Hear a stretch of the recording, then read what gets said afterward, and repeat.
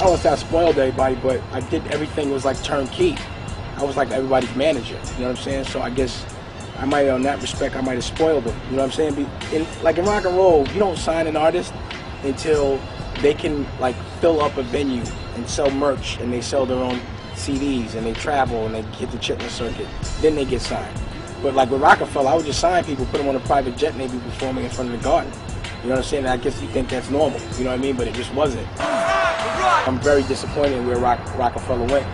I'm very disappointed. It's just like the brand is compromised. I never thought that could ever happen, where Roc-A-Fella's just not relevant. Leroy's a funny dude. He's a mastermind.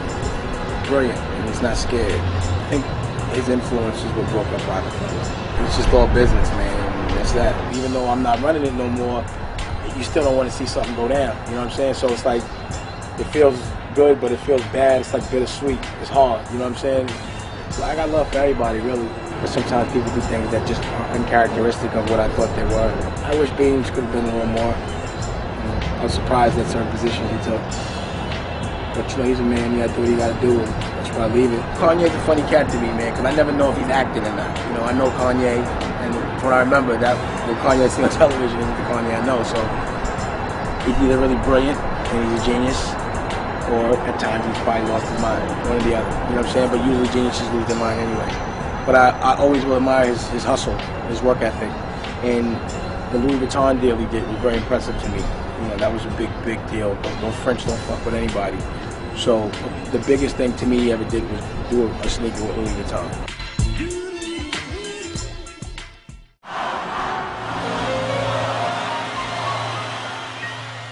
With Jay, I just keep hearing homeboy keep saying my name, you know what I'm saying? So I'm just curious to know, you know, I don't know if I'm narcissistic, but I just be wanting to hear what he's saying about me. You know what I'm saying? But I can't objectively have any opinions on him, you know what I'm saying? Like, I'm hearing what people are saying, and I just never thought there would be a day that I'd hear people saying those kind of things about him, you know what I'm saying? Like, I just always thought he was untouchable as a rapper, you know what I mean? So to hear certain things, it's kind of surprising, you know?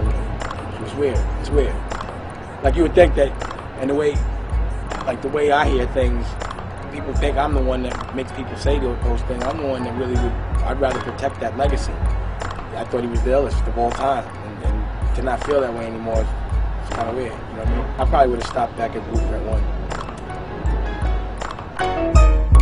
I haven't seen Cam in like 2, 3, 4 years. Yeah, I miss him. I don't like what's going on with him and Jim. You know, he's like my little brother, all of them. You know, I'm 7 years older than him, so I wish I could advise him, you know what I mean? But, you know, he's always gonna be my dude. We all grew up together, man. You know, I just love the fact that through the generations, we could just keep passing the torch down. You know, like, he was able to make a living, and I was able to help him make a living. You know, and you know, whatever his course is, you gotta take it. But I ain't got nothing bad to say about it. But I do wish that him and Jim could work things out.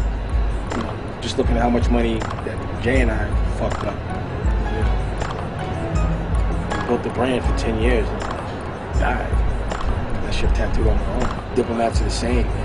They're legends. They don't even know it. They're legends around this planet. Around the planet, they're legends. I fucking care, man. No matter what.